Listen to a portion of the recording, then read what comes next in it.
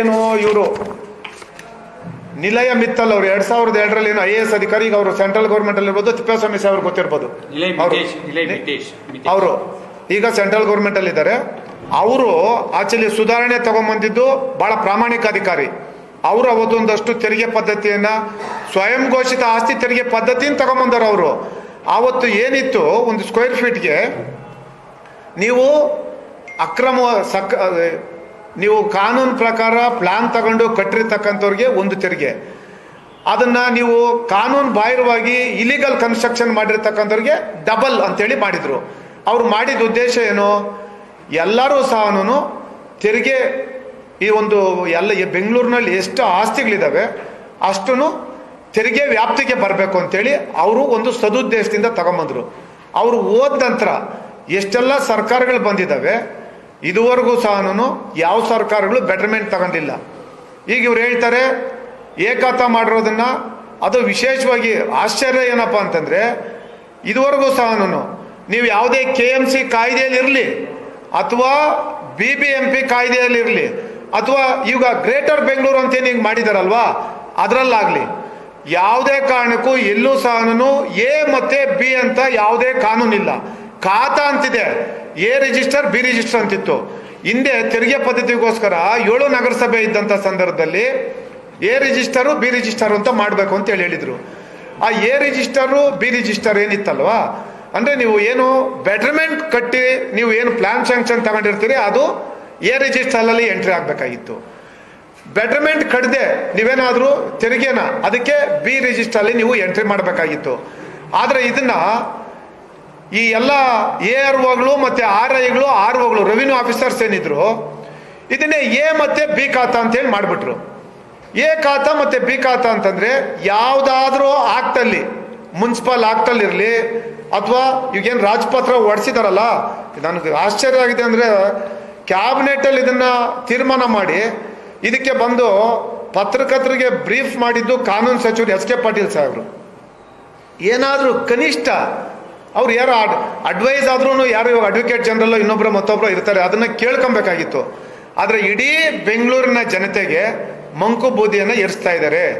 ನಿಮಗೆ ದೇವೇಗೌಡರು ಸಾಹೇಬರು ಮುಖ್ಯಮಂತ್ರಿಗಳಾದಂಥ ಸಂದರ್ಭದಲ್ಲಿ ಒಂದು ಚದರ ಗಜಕ್ಕೆ 13,800 ರೂಪಾಯಿ ಫಿಕ್ಸ್ ಮಾಡಿದ್ರು.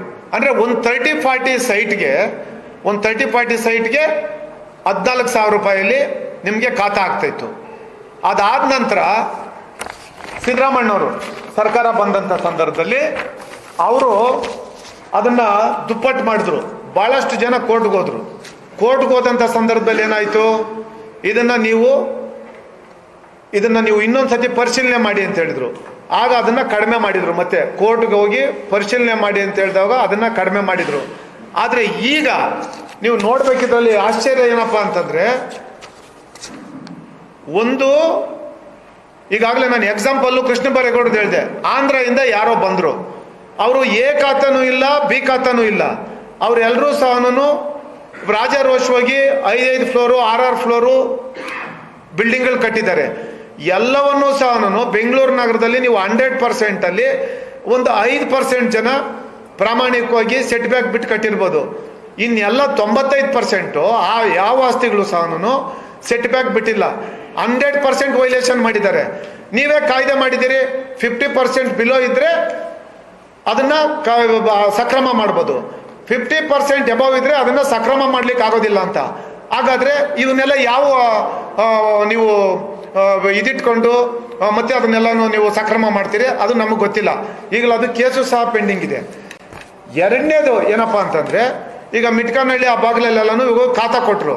ಇದುವರೆಗೂ ಸಹ ನೀವು ಅವ್ರ ಹತ್ರ ಏನೂ ಇಲ್ಲ, ಬೀದು ಇಲ್ಲ, 6 ಫ್ಲೋರ್ 7 ಫ್ಲೋರ್ ಕಟ್ಬಿಟ್ಟು ಎಲ್ಲ ಆಂಧ್ರದವರು ಮಾರಾಟ ಮಾಡಿ ಹೊರಟೋಗಿದ್ದಾರೆ.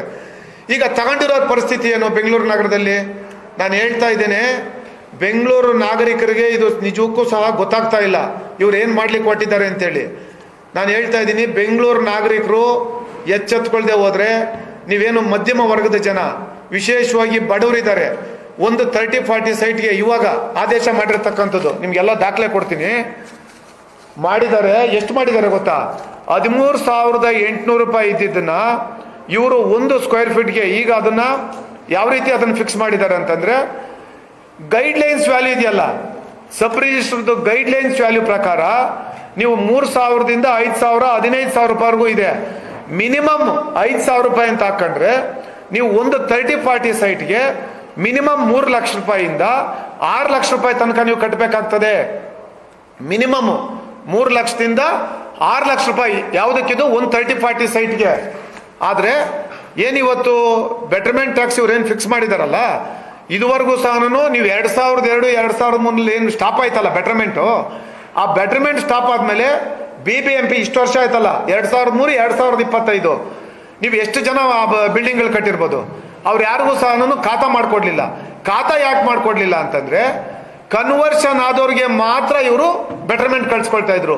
ಬೆಂಗಳೂರು ನಗರದಲ್ಲಿ ಎಲ್ಲ ನಾವು ಡೆವಲಪ್ಮೆಂಟ್ ಏರಿಯಾ ಅಂತ ಏನು ಹೇಳ್ತೀರಿ, ಎಲ್ಲವೂ ಸಹ ಬೆಂಗಳೂರು ಅಭಿವೃದ್ಧಿ ಪ್ರಾಧಿಕಾರದವರು ನೋಟಿಫಿಕೇಶನ್ ಮಾಡಿದ್ರು. ಆದರೆ ನೋಟಿಫಿಕೇಶನ್ ಮಾಡಿದ್ದಾದ್ಮೇಲೆ ಎಲ್ಲ ಪ್ರಾಪರ್ಟಿಗಳು ಸಹ ನಿಮಗೆ ಅದು BD ಅಂತ ಬರ್ತದೆ. BD ಅಂತ ಬಂದ್ಮೇಲೆ ಅಂಥದಕ್ಕೆ ನೀವು ಬೆಟರ್ಮೆಂಟ್ ಕಟ್ಸ್ಕೊಳಲ್ಲ ಅಂತಂದ್ರು. ಇವಾಗ ಒಂದು ಮನೇಲಿ 4-5 ಜನ ಅಣ್ಣ ತಮ್ಮಂದಿರ್ತಾರಪ್ಪ, ಅವರು ಆಸ್ತಿ ಪಾಲು ಮಾಡ್ಕೊಂಡ್ರು.